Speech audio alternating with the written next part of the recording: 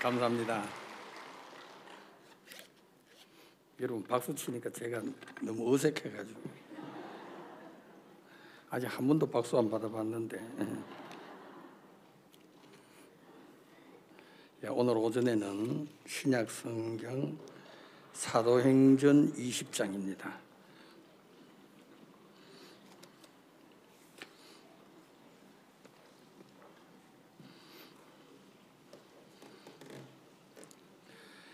사도행전 20장 1절서부터 11절까지 읽도록 하겠습니다. 28장입니다. 미안합니다. 사도행전 28장 1절서부터 11절까지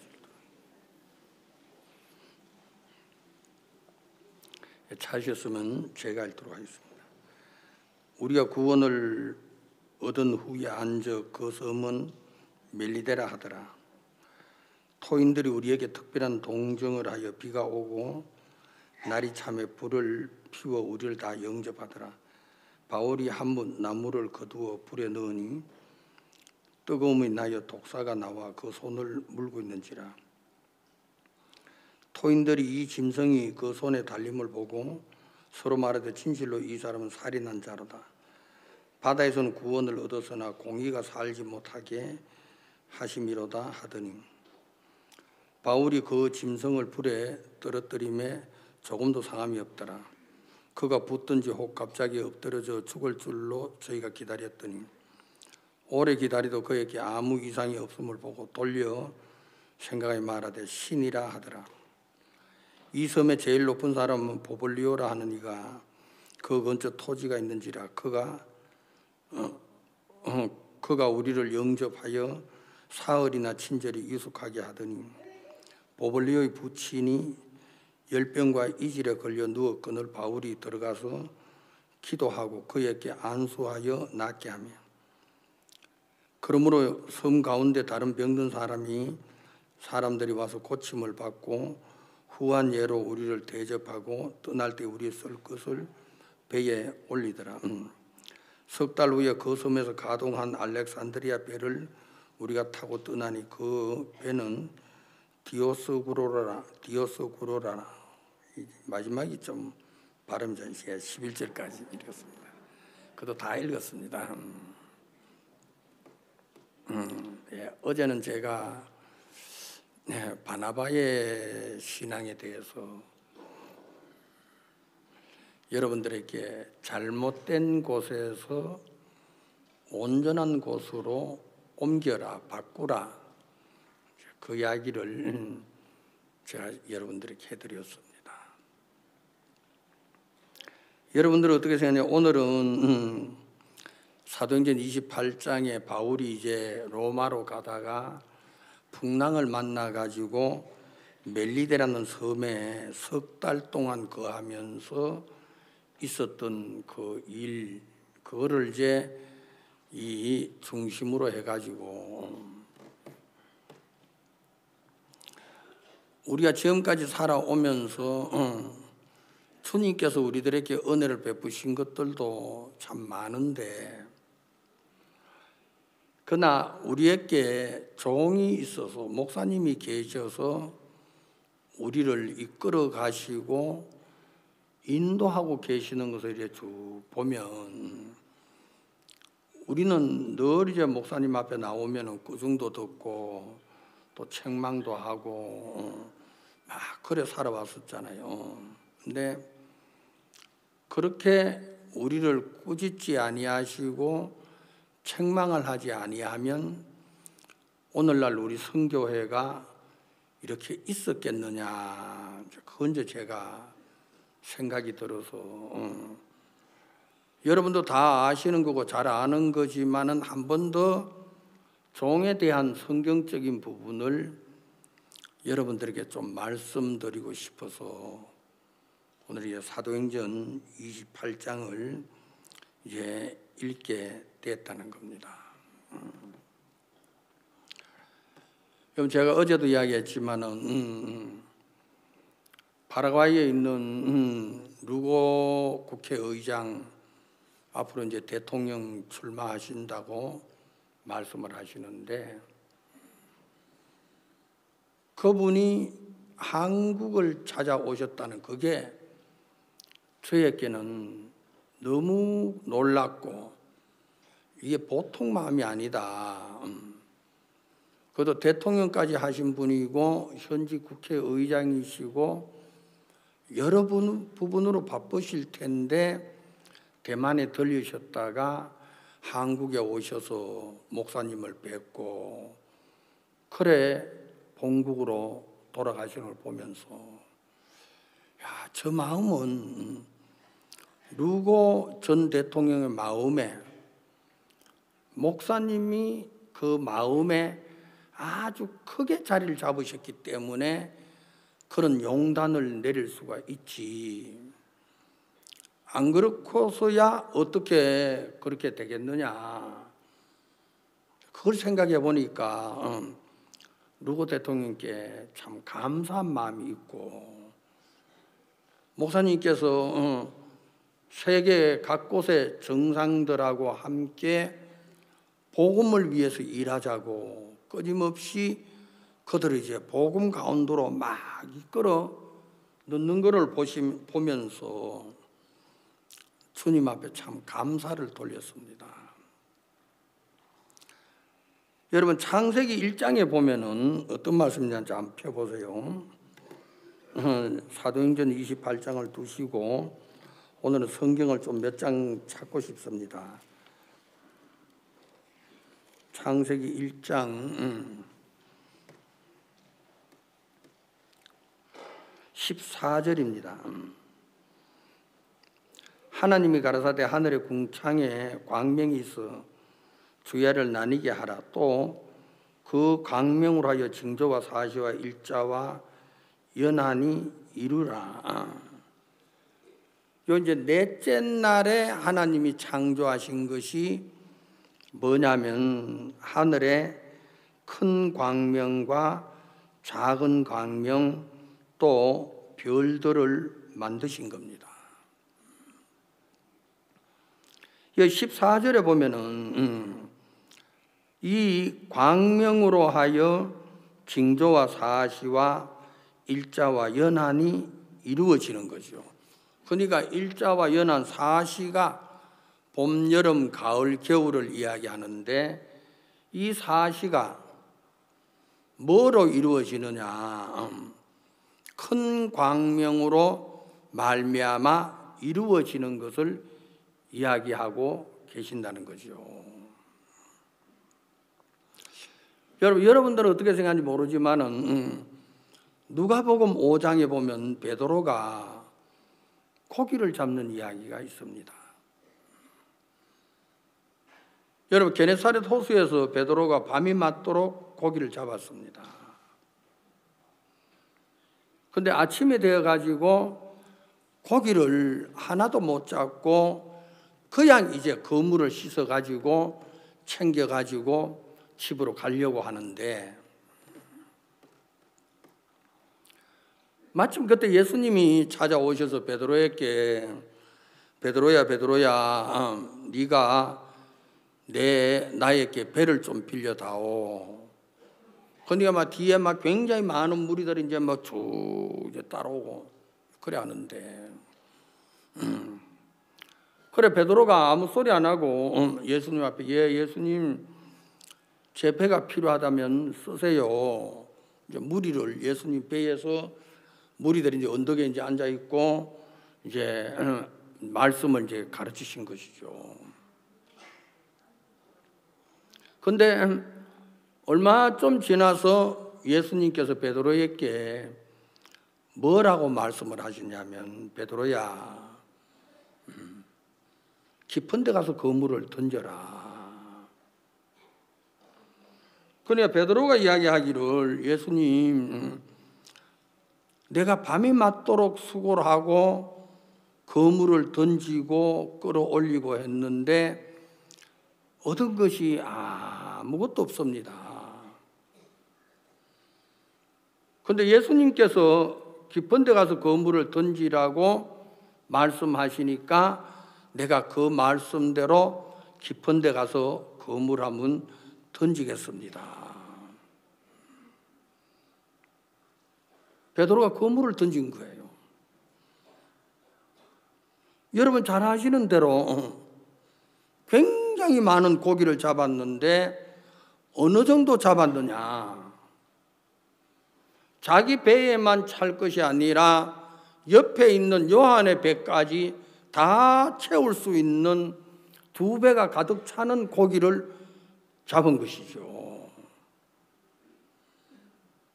그때 베드로의 마음에 깜짝 놀란 거예요. 내가 밤이 맞도록 거기도 그물을 던졌는데, 여기저기 다 던졌는데, 그때 베드로 마음에 하나 딱 떠오르는 거는 뭐냐면, 고기를 내 방법으로 잡아서 안 되는구나. 그물을 던지는 것도 인도하는 인도자가 있어서 그가 나에게 가르쳐 주면 얼마든지 고기를 잡을 수 있구나. 그래, 고기를 잡는 이것도 내 멋대로 모부들이 그물을 던지고 하는데 인도자를 만나가지고 인도자가 끄는 그대로 나아가니까 2배의 차게, 게네사렛 호수에서 어부들이 고기를 잡는데 여러분 1배 차는 것도 많은데 2배 차게 고기를 잡는 역사는 없잖아요. 베드로 깜짝 놀란 거예요. 야, 이래서 인도자가 필요하구나. 내가 지금까지 어려웠던 게 뭐가 어려웠느냐? 여러분, 베드로 안에 있어요, 없어요? 베드로가 장가 갔어요, 안 갔어요? 장가 갔지요? 부인은 어디 있어요? 어디 있어요? 부인은 성경 밖에 있죠. 예? 성경 안에 있는 게 아니고 성경 밖에 있는 거예요. 여러분, 결혼한 여자 주부가 남편보다 더 좋은 게 뭡니까? 돈이에요. 자매님들, 남편이 좋다 하지만은 돈 제대로 잘 안 벌어주면 좋아요, 안 좋아요? 그런 분들이 핸드폰에다가 자기 남편 이름을 쓰면서 자기 남편 이름 제 이름은 박정수인데, 여러분 그래 하지 아니하고 내 원수. 여러분 원수라고 하면서 내 원수 하면서 자기 남편의 이름을 대명사로 해가지고 쓴 사람 너무 많은 거예요. 그래서 이 원수는 내 원수지 네 원수가 아니다. 내 원수. 돈 잘 벌어주면은, 예? 원수라는 단어가 없어요. 알겠어요? 남편이 아내가 흡족할 만큼 벌어주면. 근데 원수라고 하다가 어느 날 보따리사가 도망을 갈 때는, 원수니까 도망을 가지, 가면 도망을 가. 하여튼 베드로가 고기 잡는 거 이거 하나, 여러분 그냥 쓰여진 말씀인 것 같고 이루어진 사실같이 느껴지는데, 고기 잡는 것도 인도자가 있어서 잘 가르쳐주고 이끌어주면 얼마든지 잘 잡을 수 있구나. 그걸 한 거예요. 그래, 베드로가, 예수님이 베드로를 보면서 베드로야, 너 이제부터 사람을 취하게 되는데 나를 따라오너라. 그러니까 배와 그물을 다 버려두고 예수님을 따른 거예요. 그래, 베드로의 마음에 고기를 잡으면서 하나 딱 느낀 게, 고기 잡는 것뿐 아니고 내 인생이나 내가 가야 하는 길이나 내가 해야 하는 일이나 이런저런 일이 나로 말미암아 되어지는 것은 고생이고 고통이고 어려움인데, 나를 이끌어주는 그자가 함께해서 나를 이끌어주면 나는 저절로 잘 될 수 있다. 예수님이 나를 이끄시려고 나를 부르시는데 내가 따라가면 되지. 거기에 이끌림 받으면 되지. 여러분, 우리가 살아가면서 하나님 앞에 참 감사한 게, 신앙은 체계가 하나님이 계시고 예수님이 계시고 말씀이 계시고, 요게 이제 삼위일체라고 이야기를 하면서 그 밑에 종을 두어서 하나님이 하시고자 하는 일을 종에게 다 맡기신다는 거죠.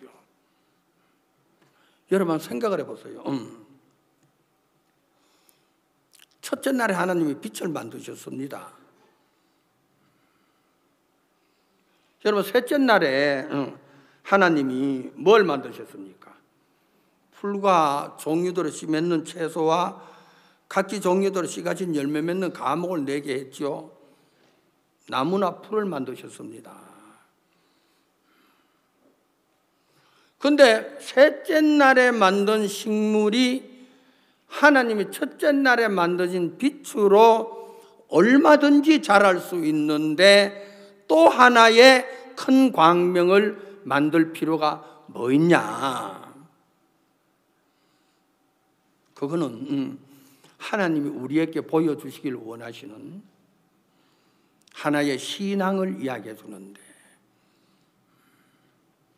여러분 넷째 날에 큰 광명을 만들고 나서 이 넷째 날의 광명은 첫째 날에 만든 빛하고 성분이 똑같아서 첫째 날에 빛이 없어도 넷째 날의 광명으로 얼마든지 식물이나 동물이 자랄 수 있도록 하나님이 그렇게 만드신 거예요.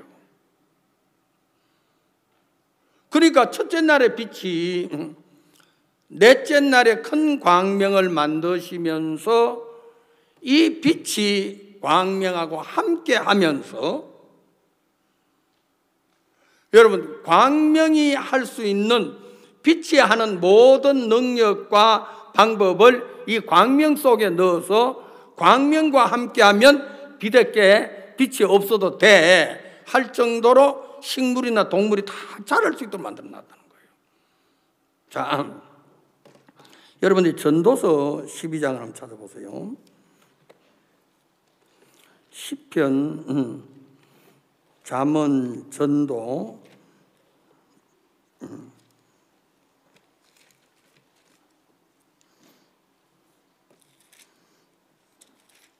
전도서 12장 11절입니다. 지혜자의 말씀은 찌르는 채찍 같고 회중 서성의 말씀은 잘 박힌 목 같으니 다 한 목자에 주신 바니라. 이 회중에 서성이 있고 다 한 목자에 주신 바라. 이 다 한 목자가 하나님을 하는데, 이 한 목자 되는 하나님이 회중의 서성에게 말씀을 전해주시고 길을 가르쳐 주시니까 그게 잘 박힌 목 같으니, 목수가 집을 지으면서 집 주인에게 가장 잘할 수 있는 건, 목수가 못을 많이 쳐면 목수 자격이 없습니다. 목수는 못을 하나만 딱 친대요. 근데 정확하게 하나만 딱 쳐놓으면은 절대로 집이 흔들린다거나 무너진다거나 쓰러지는 게 없대요. 정확하게 딱 하나만 박으면. 제가 미국 있을 때인데 타코마에 있는 오영재님이라고 나이가 지긋하신 분인데 아마 지금 살아 계신지 모르겠어요. 이분이 어떤 일을 하냐면 자동차 수리를 하는데, 옛날 자동차 있잖아요. 50년 전, 100년 전에 자동차를 사가지고 와가지고 껍데기만 이제 잘 복원해가지고 안에 있는 엔진하고 부품은 이제 현대식으로 새 거로 다 바꿔가지고 옛날 차 모양을 해가 파는 그런 이제 직업을 가진 거예요. 뭐 그래서 그런지 돈은 별로 못 벌었는데, 한 번은 어떤 분이 보드를 가져와가지고 거기 보드 뒤에 스크루를 박는데 스크루를 하나 박아달라고 보니까 4개를 박을 수 있도록, 볼트를 박을 수 있도록 4개가 딱 돼 있는데, 자기가 안만 봐도 4개가 조금 약할 것 같더래. 그래서 2개를 더 박아가지고 6개를 박았대요. 그 주인에게 내가 보기에는 볼트를 4개 박으면은 좀 약할 것 같은데 6개를 박으면 어떻겠습니까? 하니까, 그러면은 그렇게 하세요, 주인이. 6개를 이제 박아준 거예요. 이분이 보드를 타고 태평양을 건너고, 태평양에서 이제 보드 놀이 하는데 어떻게 하다 풍랑을 만난 거예요. 풍랑을 만났는데, 풍랑을 만나면은 자기 그 스크루 그거 가지고는 풍랑을 못 이기죠. 굉장히 고생을 했대요. 그러니까 요트성 보드이기 때문에, 요트는 풍랑을 만나면 절대로 사람은 죽지는 않잖아요. 어떻게 하냐면은 기둥에다가 몸을 묶어요. 묶으면은 풍랑이 막 파도가 팍 치면은 배가 싹 넘어간대. 넘어가도 요트니까 딱 바로 서는, 오뚜기처럼 딱 바로 서는 거죠. 그런지 며칠을 한 거예요. 죽을 욕을 보죠 뭐. 그러니까 이제 그래 되면 뭐 호주머니에 비상양식도 넣고 뭐 그래가지고 이제 사는데,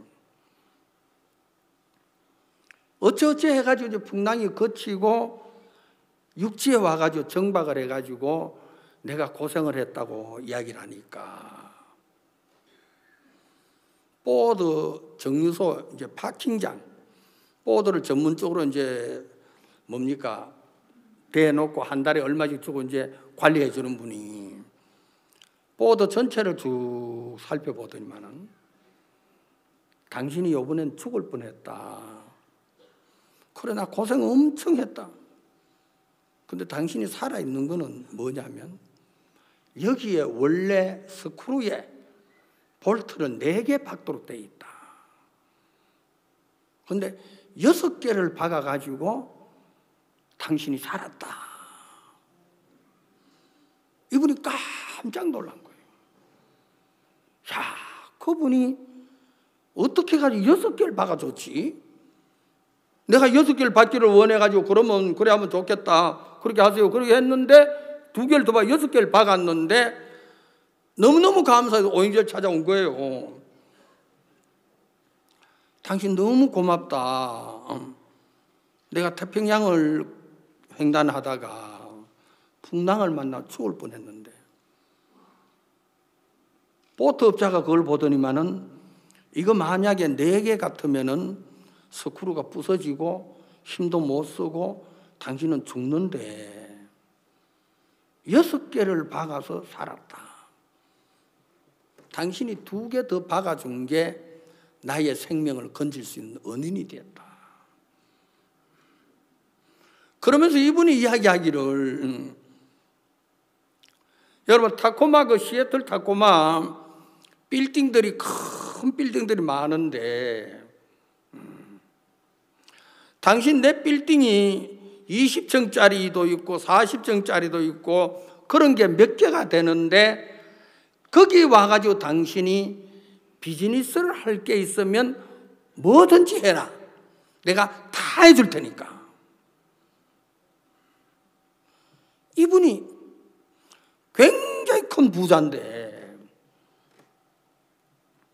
형제께 찾아와가지고 그 이야기를 하면 그 이야기를 저한테 하는 거야. 목사님 뭐 해달라고 할까요? 야, 그거 다 치우고 빌딩 하나만 달라해라. 20층짜리 하나만 달라해라. 그거 뭐 비즈니스하고 그거 구멍가게를 하겠어? 뭐 하겠어요? 또 할 줄도 모르는데 20층짜리 크면은 10층짜리 하나 달라고 말고 아니면은 무거운 거 줄 건 뭐냐? 가벼운 현금으로 달라해라.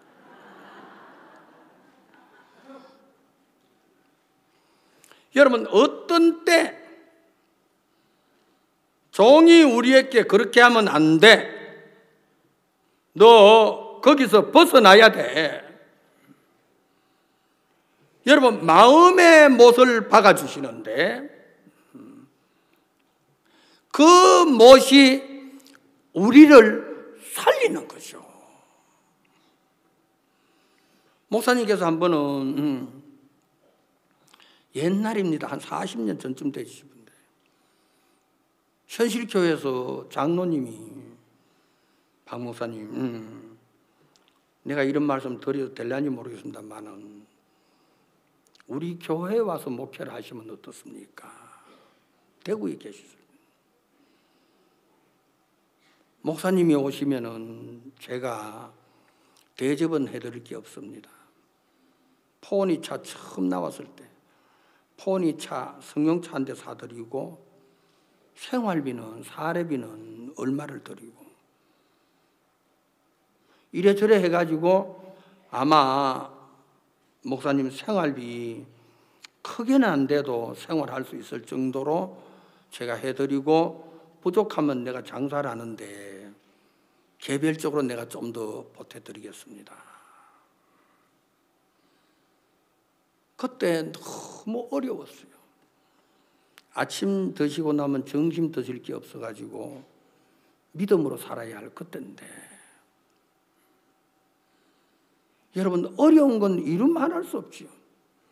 월말이 되면 수도세 내야 되고 전기세 내야 되고 목사님이 다 따놔가지고 내가 그거 낼게 아무것도 없는데 형제들하고 몇 명이 목사님 우리는 생각할 때 거기 가시면 참 좋겠습니다.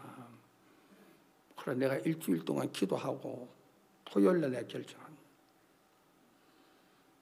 금요일날 목사님 내가 안 가기로 했다. 왜?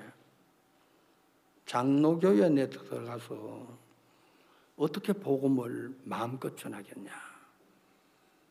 내가 복음을 전하면 노회장에게 보고가 갈 거고 노회장은 총회장에게 보고 갈 거고 그러면은 내가 거기서 어떻게 목회를 할 수 있냐. 안 된다. 장로님이 오셨어요. 장로님 미안합니다. 제가 부족해서 저는 여기 있어야 될 것 같습니다. 유능한 사람 모셔다가 교회를 아름답게 하세요. 저는 한번 생각을 해봤습니다. 그때 목사님 나 안 가. 못을 탁 한번 박으신 거예요.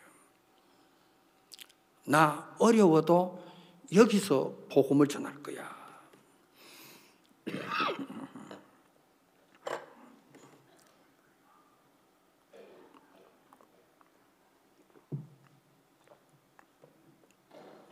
그러면서 목사님의 진로를 목사님이 정하신 거예요.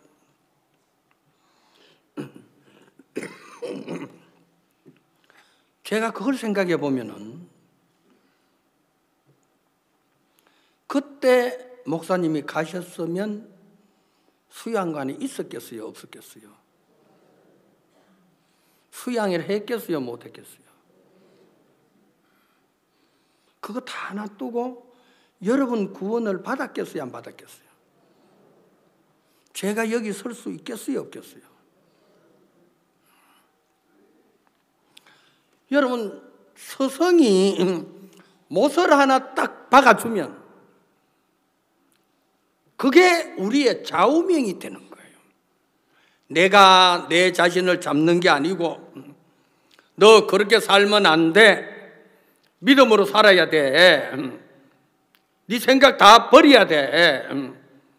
여러분 끊임없이 목사님 우리 마음에 못을 박으면서 새로운 길로 이끌어가는 것을 볼 수 있다는 거죠. 자, 창세기 1장 14절에서 아까 읽은 이야기인데, 그 강명으로 하여 징조와 사시와 일자와 연한이 이루라. 다시 말해 사시라는 것은 봄, 여름, 가을, 겨울을 이야기하는 겁니다. 여러분, 봄이 왜 봄이 만들어집니까? 여러분 생각할 때 겨울이 지나갔으니까 봄이 왔지. 그렇죠? 그 틀리는 말은 아니에요. 여름이 어떻게 해서 형성이 됩니까? 봄이 지나가면 여름이지. 여러분, 가을이 어떻게 해서 되느냐? 여러분, 쉽게 그렇게 이야기할 수 있는데, 하나님은 창세기 1장 14절에서 큰 광명으로 말미암아 사시와 일자와 연한이 이루어지는 것은 오늘 봄, 여름, 가을, 겨울을 이야기합니까? 신앙의 봄, 여름, 가을, 겨울을 이야기합니까? 여러분들의 신앙에 봄이 있어요. 여러분들 신앙에 여름이 있고 가을이 있고 겨울이 있습니다. 여러분, 누가복음 15장이면 둘째 아들에 대한 이야기가 있는데, 둘째 아들이 아버지에게, 아버지 내게 돌아올 분깃을 내게 주세요. 그 분깃을 가지고 뭐 몇 날을 졸란지 모르지만은 다 팔아가지고 먼 나라에 간 거예요. 참 보세요. 둘째 아들이 아버지가 계시는데 먼 나라를 향해서 가면은 아버지를 등지게 되죠. 여러분, 아버지를 등지면서 둘째 아들의 마음의 세계는 밤인 겁니다. 얼마 안 가면은 허랑방탕이 기다리고 있죠.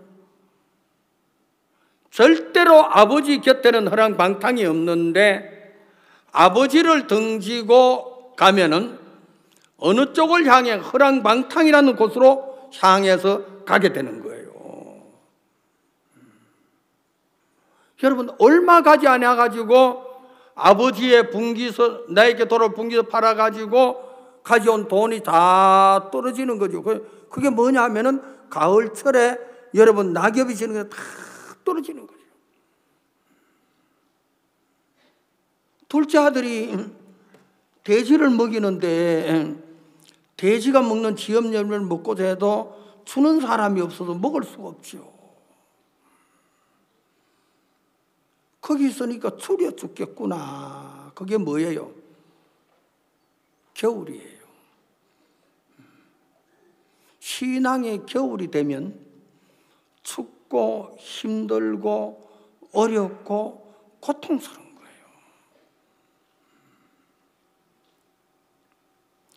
여러분, 둘째 아들이 그러다가 생각을 해보니까 내 아버지 집에는 양식이 풍조한 품꾼이 얼마나 많은고 나는 여기서 줄여 죽는구나. 그 생각이 들면서 어떠냐, 스스로 돌이켜 가로되 줄여 죽는 곳에서 스스로 돌이킨다는 것은 아버지를 향했다는 것을 이야기해 주고 있는 거예요. 여러분, 스스로 돌이켜 가로되 줄여 죽겠구나. 여기는 겨울인데 아버지를 향해서 돌아서면은 낮은 거예요. 여러분, 상그가 뭔데, 아버지가 아들을 보고 척은히 여겨서 달려와서 목을 안고 입을 맞추고 즐거워하고. 여러분, 여러분들이 만약에 한 그루의 나무라고 생각을 해보세요. 여러분들은 생각할 때 내가 열심히 하면 아름다운 열매를 맺을 수 있어. 여러분, 나무가 열심히 일을 하면 잎이 피고 꽃이 피고 아름다운 열매가 맺혀집니까? 아닌 거예요. 여러분, 나무의 운명은 큰 광명이 가까이 오면 봄이에요. 여러분, 자기가 잎을 내려고 노력하는 것이 아니라 여러분, 큰 광명이 와가지고 가까이 오면 저절로 잎이 나죠. 여러분, 큰 광명이 더 가까이 오면 저절로 꽃이 피고 여러분, 열매가 맺혀지고, 그러니까 나무가 잎이 피고 꽃이 피고 열매가 맺혀지는 것은 자기에게 있습니까? 큰 광명에게 있습니까? 큰 광명에게 있는 거예요. 제가 영적으로 어리지만 세계적으로 일어나고 있는 저희들 기쁜 선교회 내에 일들을 이렇게 쭉 보면, 여러분, 아프리카에 일어나고 있는 역사들이 너무 좋죠. 목사님께서 야, 다른 곳에는 선교가 잘 되는데 이티오피아는 12년이 지났는데 왜 이래? 이티오피아 너무 어렵다. 왜 그러냐? 목사님이 나 이티오피아 한번 가야 되겠다. 왜 그런지 이티오피아 한번 가야 되겠다. 목사님 이티오피아 가신 거예요. 이해석 선교사 목사님 맞이해가지고 뭐 전에는 뭐 이명박 대통령 왔을 때도 통역을 해주고, 우리가 그 이해석 선교사 아들이 통역하고, 오늘 박근혜 대통령 그가 이티오피아 방문했을 때도 통역을 해주고, 그것도 뭐 아주 어느 정도 은혜를 입을 수 많은데 어렵고 힘들고. 목사님이 가셔서 이티오피아 나라를 보면서 이티오피아 나라가 이래 되면 젊은 청년들이 폭동이 일어나기 쉽다, 그 말 한마디 하고 온 거예요. 아, 진짜 3개월 뒤에 이티오피아 폭동이 일어났다. 여러분, 이티오피아 대통령 국무총리가 거기, 야, 이거 어떻게, 얼마 전에 3개월 전에 목사님이 한번 왔다 가셨는데 그분이 이렇게 말씀을 하셨습니다.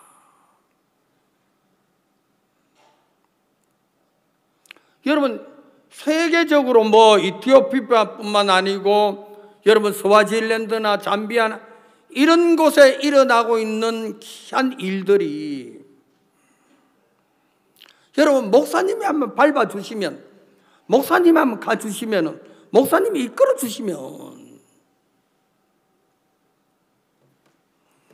저도 어떤 때 살아가면서 야, 내가 목사님에게 큰 은혜를 입는다.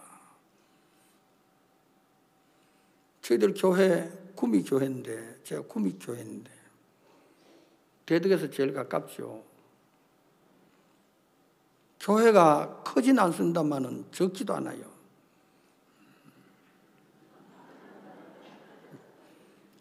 어떤 때 가만히 생각해 보면은, 야, 목사님이 안 계셨으면 내가 지금 뭘 했을까?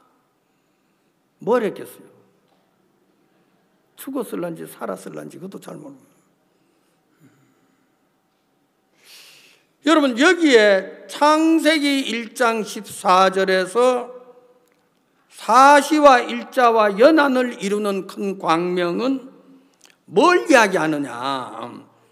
하나님이 넷째 날에 들어가지고 너희들에게 큰 광명이 있어야 돼.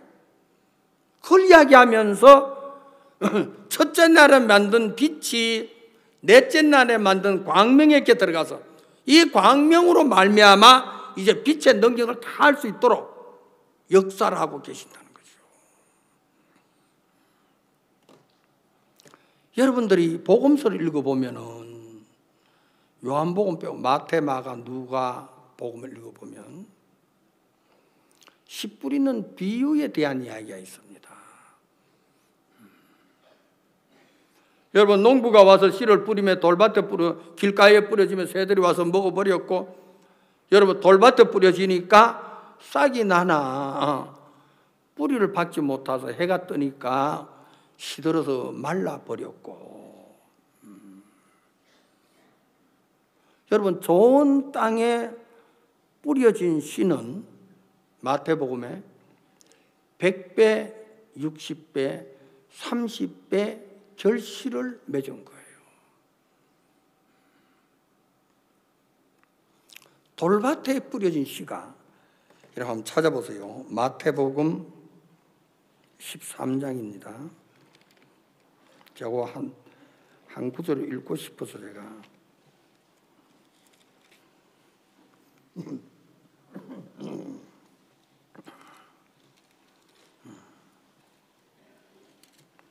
마태복음 13장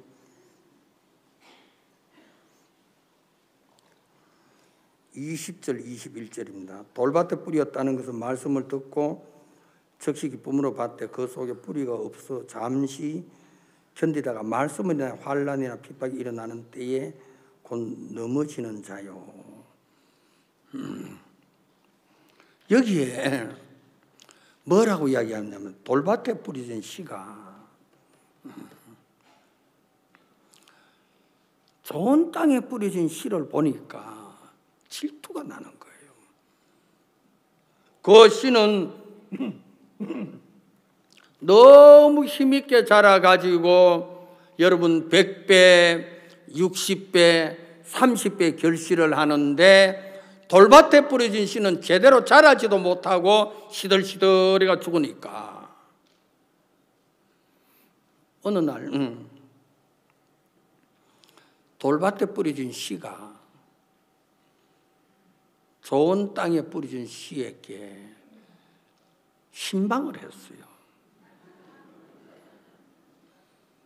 여보세요, 계십니까? 여 좋은 땅에 뿌려진 씨 집이지요. 예, 누구십니까? 나는 돌밭입니다. 어떻게 오셨습니까? 내가 너무너무 궁금해서 왔습니다. 무엇이 그렇게 궁금합니까? 이 좋은 땅 당신 집은 어떻게 해서 씨가 이렇게 자랍니까? 너무 무성하게 자라고 여러분 꽃도 피고 열매가 너무 탐스럽고 아름다운데 나는 좋은 땅에 똑같이 씨를 뿌려졌는데 여러분 싹이 나고 얼마쯤 자랄라 하니까 여러분 해가 와가지고 비춰지니까 내가 못 살겠습니다. 저 해만 없으면, 저 큰 광명만 없으면 좀 살겠는데. 좋은 땅에 뿌린 씨가 뭐라고 하냐? 허허, 참 희한하다. 어떻게 당신은 그렇게 생각합니까?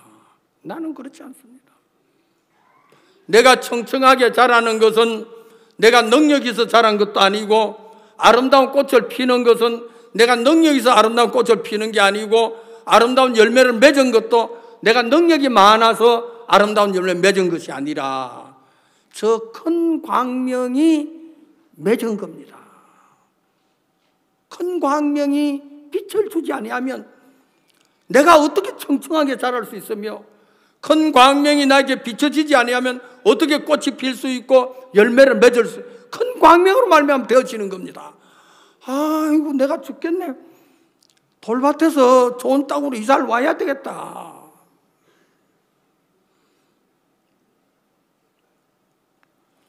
여러분 우리가 어떤 때에 살아가면서 여기 보면 재밌는 말 21절에 한번 보세요. 그 속에 뿌리가 없어 잠시 견디다가 말씀을 인하여 환난이나 핍박이 일어날 때 곧 넘어지는 자예요. 말씀을 인하여. 우리도 옛날에는 목사님이 구중하실 때 여러분 야단치실 때 좀 가만히 놔두면 좋을 건데 말씀대로 살아라 하고 막 그러니까 가만히 놔두면 참 좋았을 건데 자꾸 영원히까 들까불이 제껴 막 그래서 막 괴로워 죽겠더라.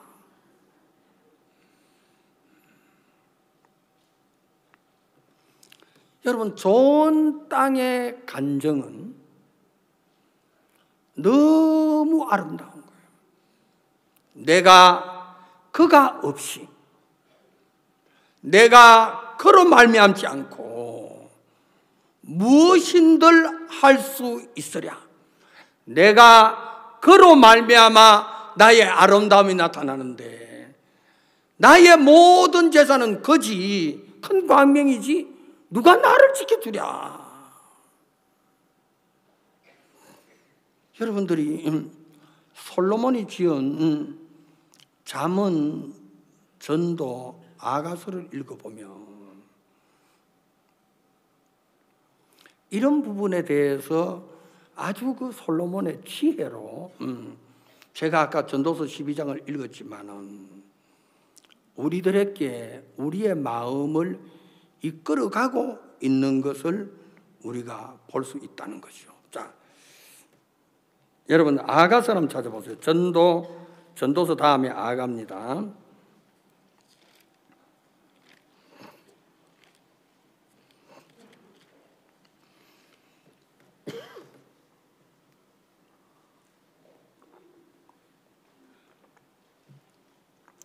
아가서 제가 중요한 부분만 읽겠습니다. 아가서 1장 5절 6절 예루살렘 여자들아 내가 비록 검으나 아름다우니 게달의 장막 같을지라도 솔로몬의 희장과 같구나.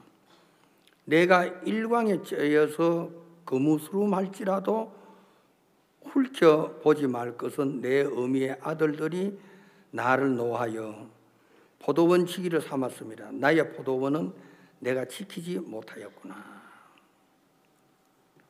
솔로몬이 술라미 여자에 대한 이야기를 기록하면서 네가 비록 검으나 여러분 술라미 여자가 검은데 검은 것을 솔로몬은 뭐냐면은 여기서 내가 일광에 쬐여서 거무스름할지라도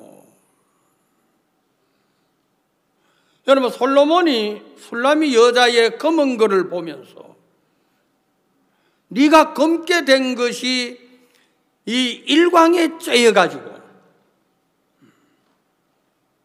여러분 얼굴이 여러분 햇볕에 나와가지고 많이 일을 하면 얼굴이 검어지죠.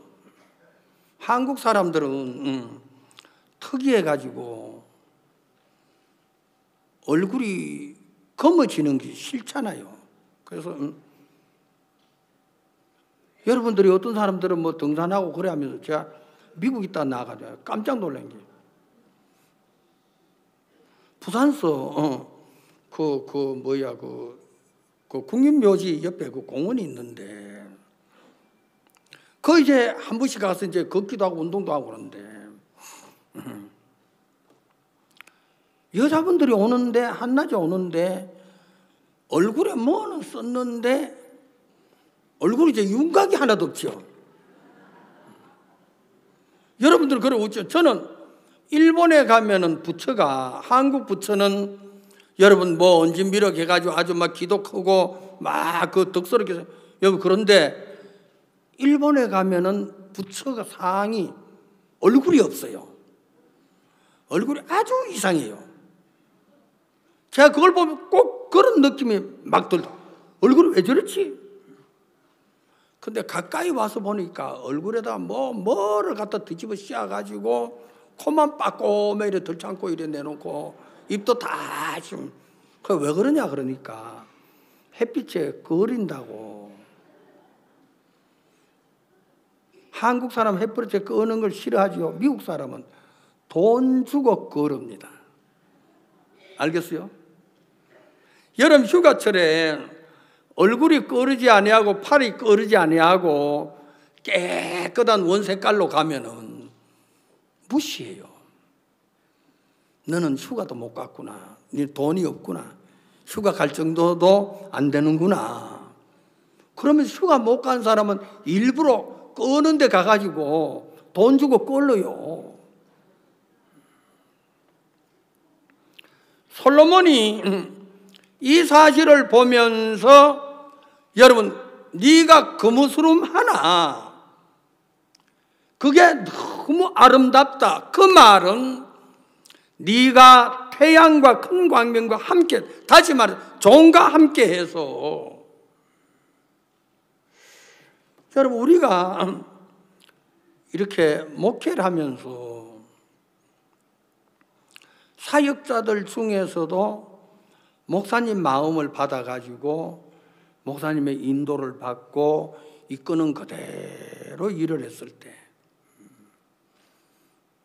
여러분, 희한하게 일들이 잘 되어지고, 여러분, 아름다워지고, 역사가 일어나고, 여러분, 큰 광명을 가까이 했을 때 얻어지는 색깔, 여러분, 목사님을 가까이 했을 때, 여러분, 종을 가까이 했을 때 얻어지는 영적인 지혜와 귀한 은혜. 여러분, 우리가 살아가면서 저는 주님 앞에 참 감사한 게 뭐가 감사하냐?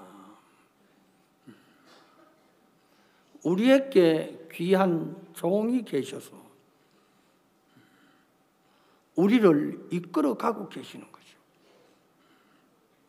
이렇게 아름다운 열매, 여러분, 뭐 수양관, 이 얼마나 좋은 수양관입니까? 저는 가까이 살지만은 여 한 번만 오면은 막 코가 뻥 뚫히는 것 같아요. 공기 좋지요. 여러분, 물 좋지요. 어떤 때는 여기 와가지고 한 일주일 쉬고 가고 싶은 마음이 있는데 그것도 내 마음대로 잘 안 되잖아요.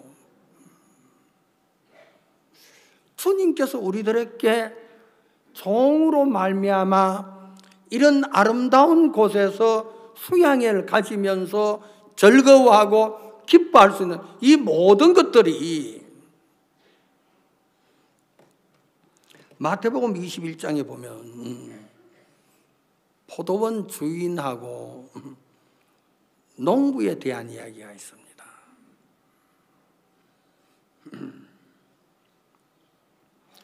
어느 날 포도원 주인이 먼 나라에 가는데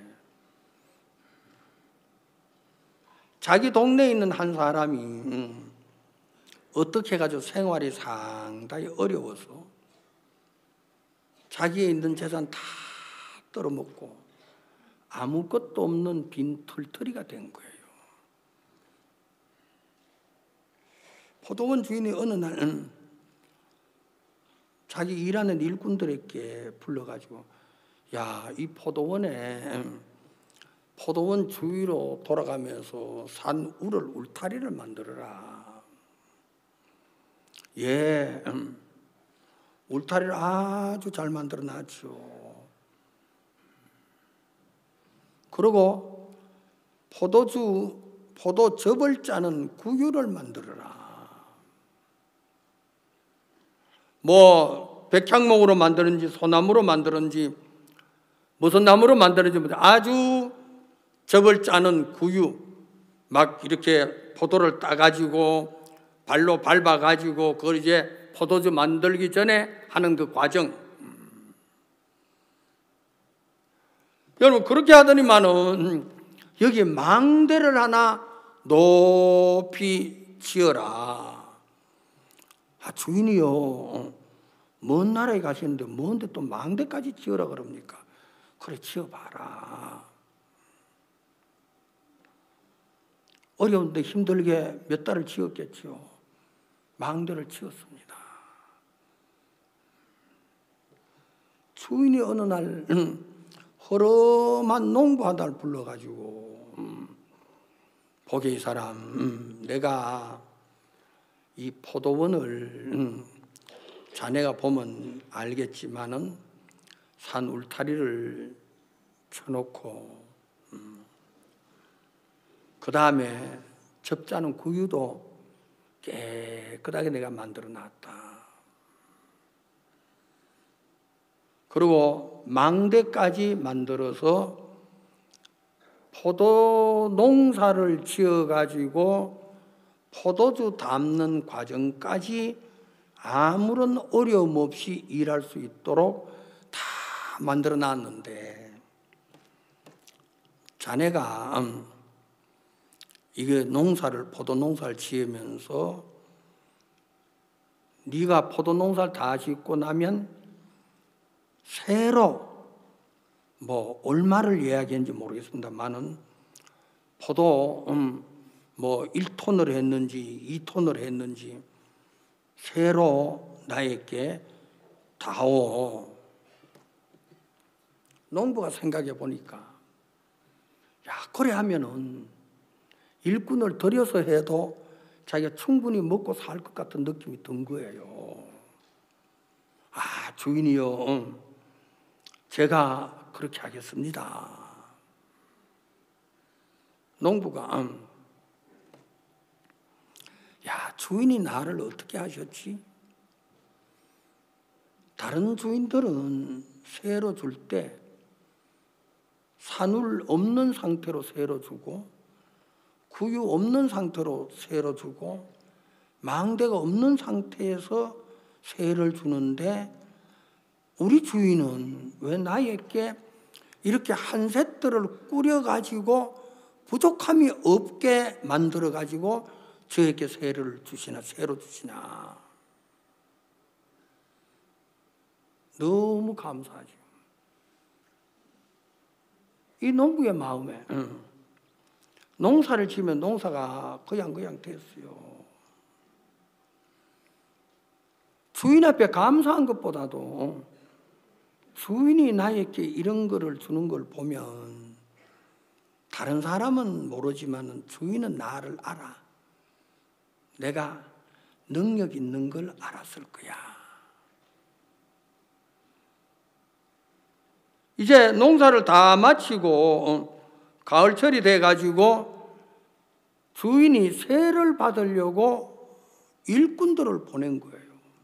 종을 보낸 거예요. 그래, 어디서 왔습니까? 그러니까 예, 우리는 이 포도원 주인의 종입니다. 주인이 오늘 가서 세를 받아오라 그래서 세를 받으러 왔습니다. 농부의 마음에 어떤 마음이 들은지 모르지만 종들을 다 때리고 능욕하고 다 보내고, 여러분 성경에서 마지막 아들까지 보냈는데도 세를 주지 않고 아들을 끌어내 죽이고 그래 하면서 이제는 주인이 이 포도원을 이 농부에게 줘서 안 되겠다. 우리가 어떻게 해야 되겠냐 하니까 종들이 세를 제때에 바칠 수 있는 사람에게 세를 주기로 합시다. 저는 어느 날 그 말씀을 대하면서 마태복음 21장에 있는 말씀을 대하면서 포도원 주인이 농부에게 상당한 은혜를 베푼 것이요. 여러분 1년 동안 농사를 자유롭게 짓게 하고 수확을 한 뒤에 네가 나에게 세를 주는데 그때는 돈으로 주는 게 아니고 현물로 주잖아요. 포도를 1톤을 주든지 아니면 2톤을 주든지 여러분 계약한 대로 주인에게 포도를 딱 갖다가 이제 새로 주면은 주인의 마음 속에 어떤 마음이 있느냐 하면은 주인은 포도를 보면은 농부가 포도 농사를 잘 지었는지 못 지었는지 알겠어요? 모르겠어요? 야, 포도가 너무 시다. 그러면 왜 시냐? 안 달고. 그러면 포도 잎이 피기 전에 밑거름을 할 때 제대로 거름을 안 줘서 시지. 야, 포도 껍질이 너무 두껍다. 왜 이래 포도 껍질이 두꺼우냐? 이거는 이래서 그래. 여러분, 주인이 농부를 보면서 네가 농사를 짓고 나서 세를 달라고 이야기했을 때, 여러분 포도밭에다 산우를 두르고 여러분 망대를 짓고 여러분 구유를 만들어 가지고 준 주인이 세를 받으려고 하느냐? 이 사람에게 더 농사를 잘 지을 수 있는 방법을 가르쳐 주려고. 너 이거 껍질 두꺼운 거 이거는 거름을 주지 않아서 그래. 햇빛이 너무 강해서 그래. 어떻게 해야 되고 어떻게. 여러분, 주인은 그 상세 아니까 포도밭이 왜 이래? 맛이 이런 거는 거름을 안 줘서 그래. 무슨 거름을 주고 무슨 거름을 주고. 여러분, 이 농부가 자기에게 주인이 있다는 그 사실을 자기는 모르는 거예요. 자기 생각 속에 빠지니까. 여러분, 이 농부가 자기에게 주인이 있다는 그 사실을 알면은, 주인이여, 내가 원래 농사를 지었는데 이거 한번 봐주세요. 내가 농사를 좀 잘못 지은 것 같은데 이거 어떻게 되는지 한번 봐주세요. 여러분, 농부가 새를 바치려고 새를 가져와 가지고 주인하고 같이 앉아서 나는 아무리 해도 이거 안 됩니다. 이거 왜 씹니까? 껍질이 왜 두껍습니까? 맛이 왜 이렇습니까? 모양이 왜 이렇습니까? 포도가 많이 왜 안 달립니까? 주인이요, 주인이 나에게 포도밭만 주지 말고 그것도 가르쳐 줘야지요.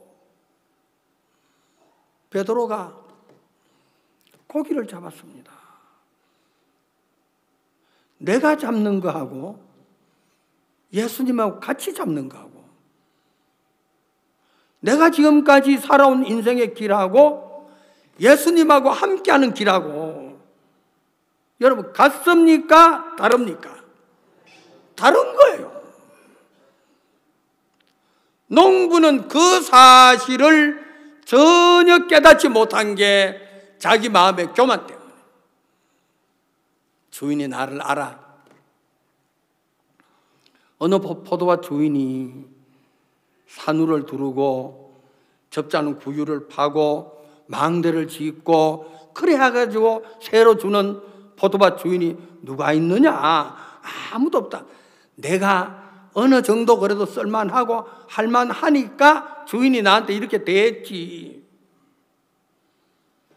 그러면서 주인을 볼 수 있는 눈이 어두워진 거예요.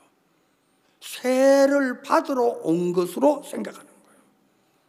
세를 받으러 온 게 아니고 너에게 포도 농사를 잘 지을 수 있는 방법을 가르쳐 주려고 한다. 여러분, 주인의 마음은 그거였는데 농부의 마음은 전혀 미치지 못하는 거죠. 제가 우리가 지금까지 살아가면서 목사님하고 수십 년을 같이 살았습니다. 여러분, 목사님이 하신 일 중에서 잘못된 일들이 무엇이 있었느냐?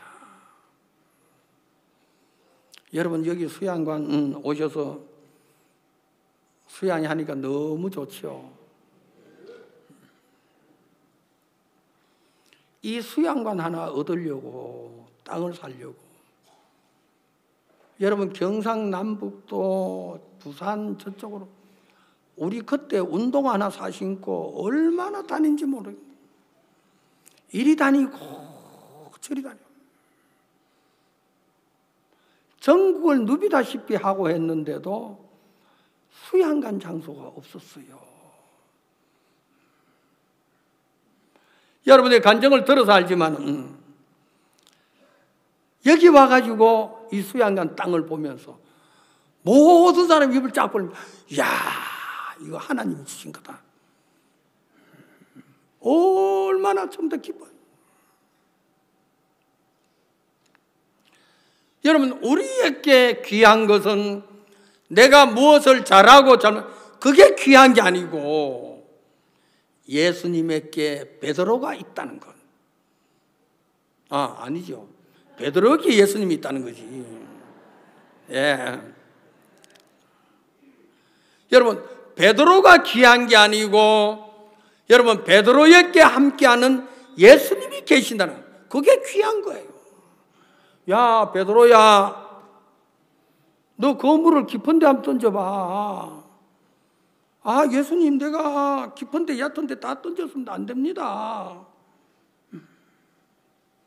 근데 예수님, 내가 그래 하지 아니하고 예수님이 말씀하신데 그 말씀에 힘입어서 내가 한번 그물을 한번 내려보겠습니다.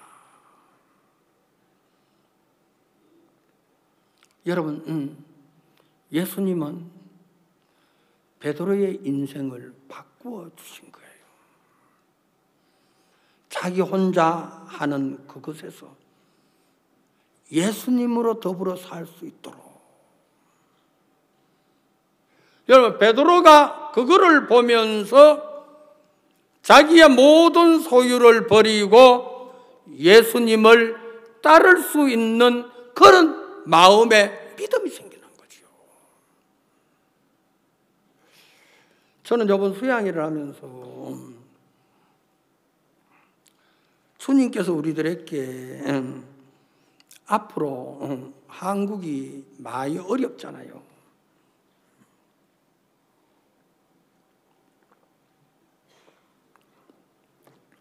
우리는 대덕에 있으니까 여러분 조용하게 잘 지내는데 세계는 어렵습니다. 한국이 이북에서 핵무기를 만들어 가지고 전쟁을 하니 안 하니 미국을 전쟁. 목사님이 우리에게 말씀하신 것이 그렇지 않다.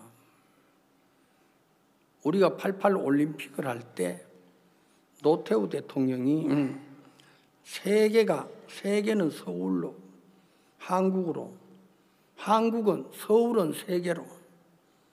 그래야 모든 국민들에게 여권을 얻을 수 있도록 45세 이상 된 분들은 여권을 발급받을 수 있도록 해줘서 발급.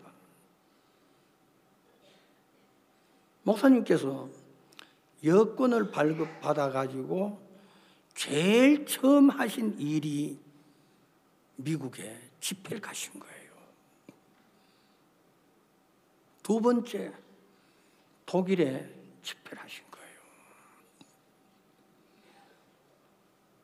노태우 대통령이 나에게 복음을 전할 수 있는 길을 열어주셨다.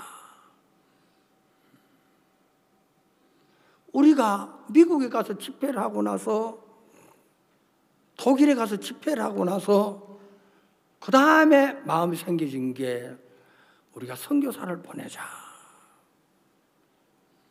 그래가지고 독일에 선교사 보내고 미국에 선교사 보내고 여러분 일본에 선교사를 보내고 목사님이 여권을 발부받으셔가지고 첫 번째 하신 것이 복음을 위해서.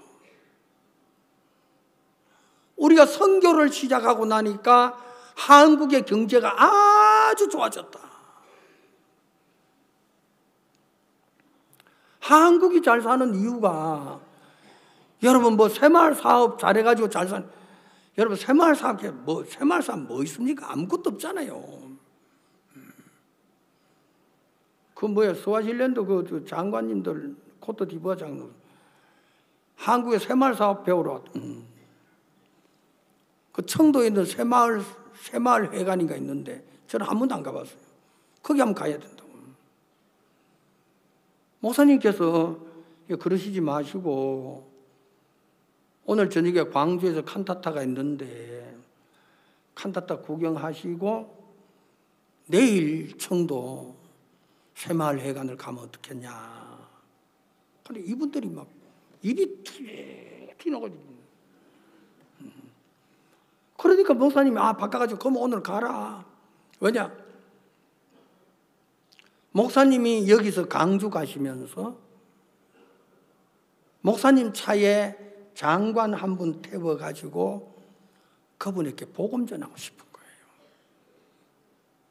광주에서 청도까지 오시면서 또 한 분 옆에 태워가지고 그분에게 복음 전하시려. 일부러 선교사들이 있는데 너들은 다른 차 타고 와 하면서 다 빼고 그분들을 위해 차를 비워놓고 그분들에게 복음을 전할 계획을 딱 가졌었는데 그분들이 그걸 이해를 못 하잖아요. 우리가 옆에 보니까 너무 안타까운 거예요. 왜?